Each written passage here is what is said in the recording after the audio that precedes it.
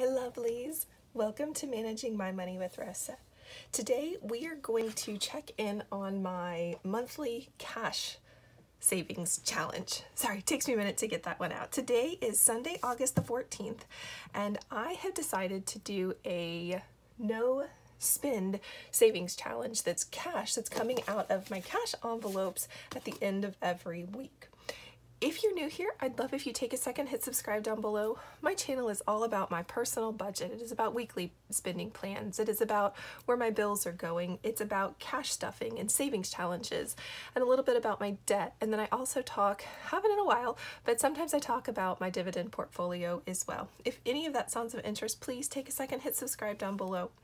If you are a subscriber, thank you so much for coming back and spending a little bit more of your time with me. I really appreciate it. And everybody, please take a second, hit that thumbs up button. Really helps out. So I have decided in the month of August to do a no spend savings challenge. And that's where I don't spend money on something.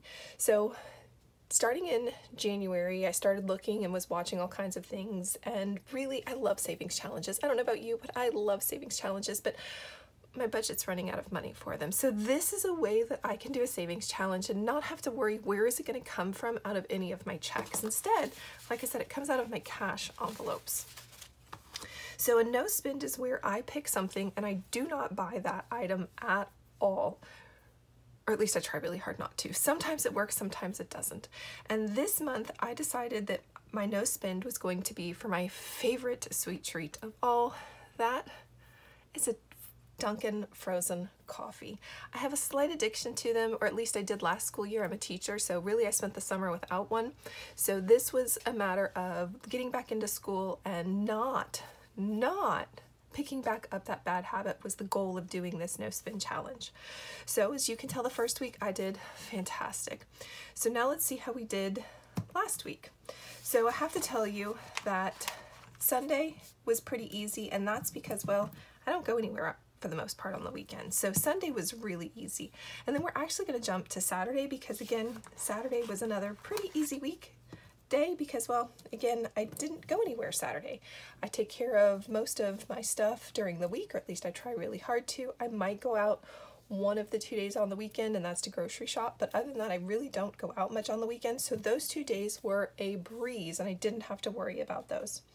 Before I go any further, I want to stop and take a second, and I just want to do a quick shout out to a couple budgeters who always come to my channel and put the sweetest things down below in the comments.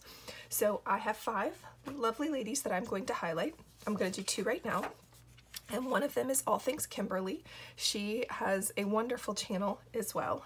And then the other one is Budget with Fatima, and both of these ladies have budget channels. Go check them out, see if you like them, subscribe to them, and they just always have the sweetest and nicest things to say in the comments down below. So shout out to those 2 ladies. Set that to the side. All right, so now let's go see how we did during the week. So we're actually going to do this backwards because I have to think really hard about what happened every day. So Friday, I have to tell you I was in meetings all day, and Friday I didn't have time to go out and get anything, and that's because I had to be somewhere at one of the schools at 7 o'clock. Typically when that happens, I don't have to worry about it. And then what other day? Oh, and then Thursday was, where was I Thursday? So Thursday I was between 2 schools, and again, I didn't have to, it was pretty easy to not stop and say, get it frozen that day. And then Wednesday was the first day for our students in my county, and because of that, I started at the high school, worked in the morning, and then I went over to the junior high and worked for the rest of the day, and just had a blast with all of those lovelies. But guys, if I have to be at the high school, I had to be there at 6:30. That's too early for me. I was on a time crunch, and I didn't want to accidentally miss and be there late, so I did not stop at Dunkin on Wednesday either. Yay! All right, so doing good so far. So that's 5 out of the 7 days.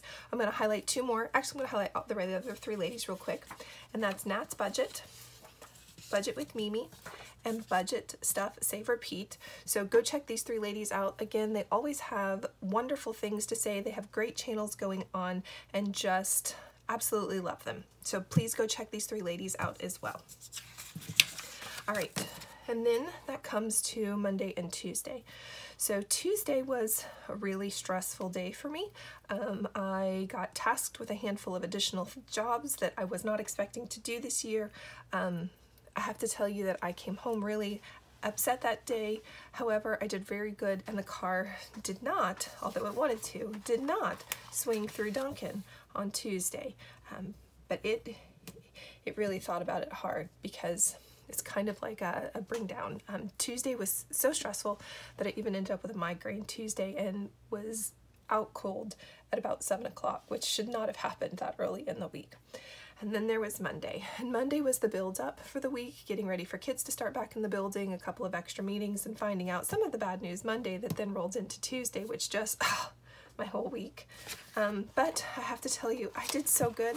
I didn't even stop Monday. So with a very stressful week this week, which it truly was, I am very happy to say that I did very good and did not stop at Dunkin to get my favorite sweet treat, that frozen coffee.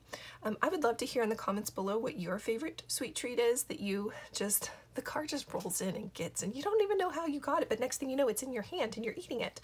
I would love to hear what that is down in the comments below. All right, so now I need to find $7.